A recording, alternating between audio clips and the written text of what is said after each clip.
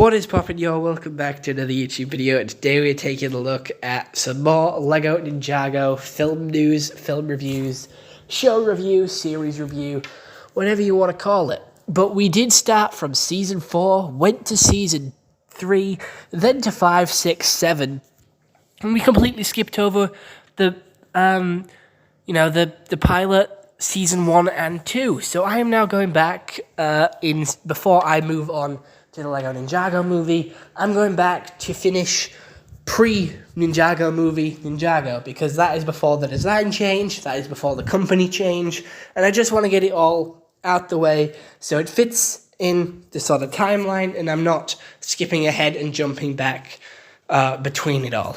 So before the gap gets too big, I'm going back to Season 2 Ninjago, and this is the Stone Warriors Island arc, island season. So let's get into it.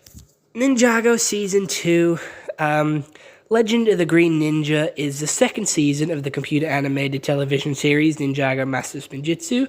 The series was created by Michael and Tom, and they are basically get my words together. Garmadon and the Snakes are back, and they're working together. After being foiled in the first season and in the pilot, Garmadon and the Snakes are teaming up together, which I think is a big surprise. And the ninja are living in an apartment, just doing basic ninja things, trying to do basic jobs to get money and look after Lloyd in this apartment complex.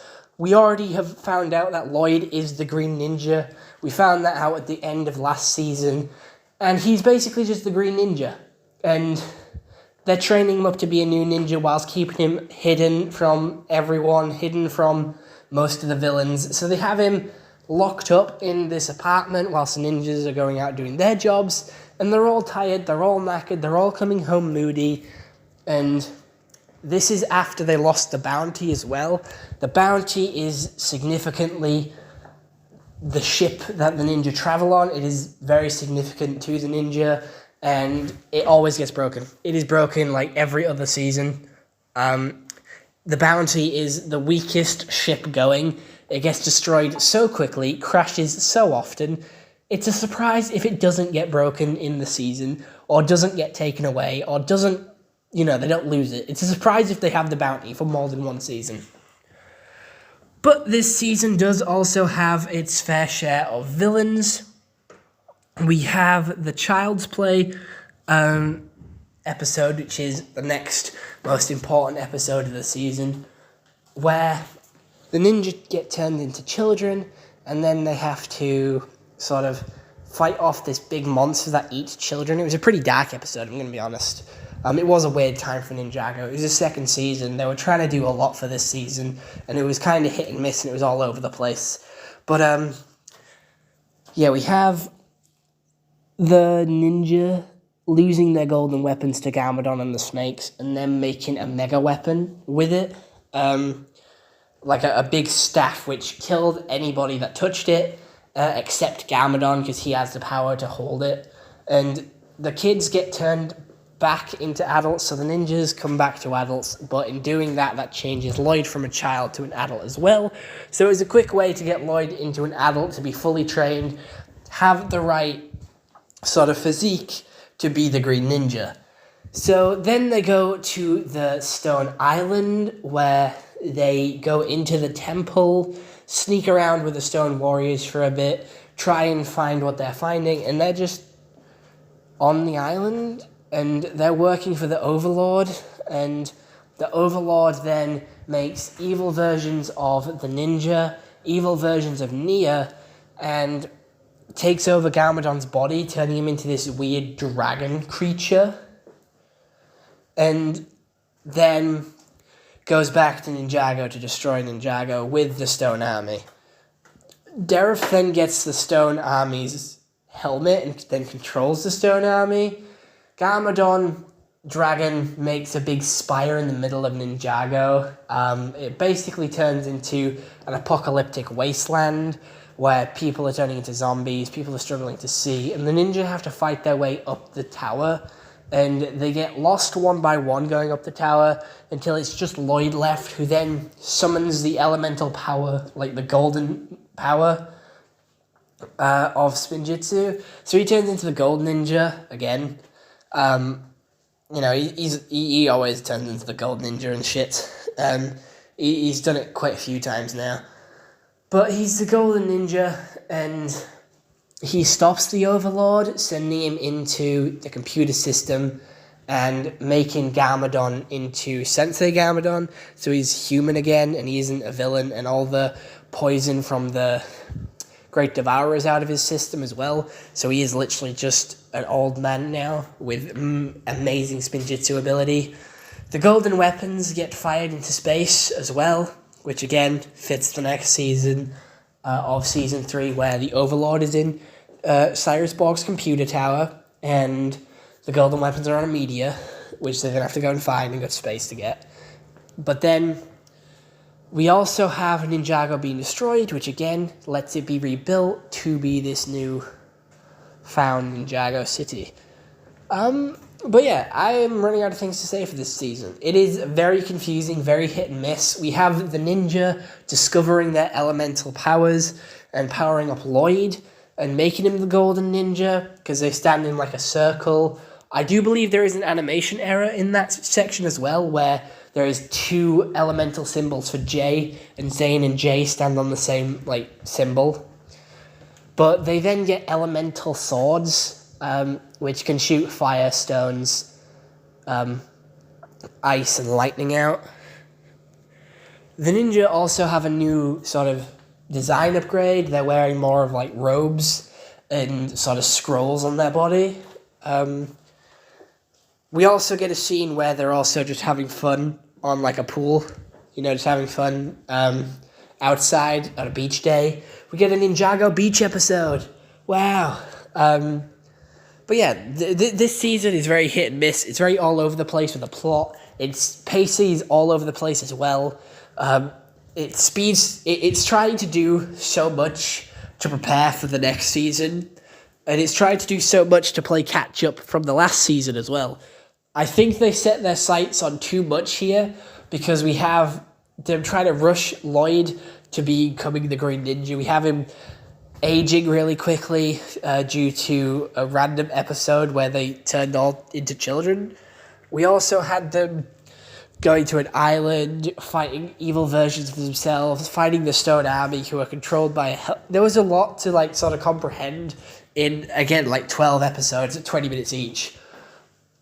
It was just a lot, and it was too fast, and then really slow to start. I thought it had a really slow start, but once it picked up, it sort of shot off, because we had the ninjas just in an apartment doing basic jobs. That bit was really slow, and I felt like that wasted so much time trying to establish that they're really bored, and that they're really, not doing good, like mentally or physically, due to the fact that they're stuck in this apartment building. And they only go to Dareth for, help. But this is the introduction to Dareth as a character in this season, and he is the brown ninja. He was inspired by the ninjas last season, and he set up his own dojo, and he isn't a good ninja, but he thinks he is, and that's sort of the comedy that comes from that. Again, voice actors, incredible. Art style, it has improved over the years, but you got to think back to 2012, 2011, when this, started to come out. That it does look very plasticky, it does look very crap. I don't know how to put it. It looks very basic animation. It sort of looks good for the 2012s, and it doesn't look good anymore. The animation does not hold up at all. And yeah, it's not my favourite season. It's one that I forget about a lot when talking about Ninjago. It's literally the one I skip over, because it's kind of a nothing season, and they're trying to do too much with it. So I don't know. They try and do so much that it feels like nothing really happened at some points, or they try and do a lot with the sort of temple that they're going to power up Lloyd and make him the Golden Ninja. But again, nothing really happens from that. It feels very underwhelming, and it feels like a wasted potential. This season had good potential with the Stone Army Warriors. and Dareth being a new character, it just feels very underwhelming and very lacking in ability. I swear there's like a race in this season as well. Like they literally go out and have a race. I don't see the point in the race episode because they're racing like the Bone Army, they're racing against Serpentine, they're racing against the Stone Army. For what? To get a cup? I don't. It was a lot to happen. I think they were just experimenting and trying to find their footing, which is okay. But again, it was very risky doing that in season 2. They should have really tried to find their footing more in season 1 than try to rush through season 2. This is the only season where I think they rushed through it. After this one, they definitely found their footing and definitely found their system, their sort of their way of storytelling, their way of getting the story going. And it really took off after this season, and it got a lot better. And I'm so glad that it did, because this season was the worst, and this was like wavering my interest in the season. And it's just the plot and the pacing. Everything else is fine. Like the animation, it's not terrible, it's watchable. And again, for the time it came out, it was pretty good. And it doesn't have to have the best animation to have a good story and a good plot. But, you know, for this day and age, this show wouldn't have lasted with this season. The animation quality and the story was both bad. Characters and character development through this season were pretty decent. However, I felt like it focused more on Lloyd than anyone else with character development and getting him from being a nobody child to the Green Ninja as like an adult. So I definitely think they rushed through Lloyd's progression, but it also did show how much he changed over the course of the season to get from one to another to being the Gold Ninja.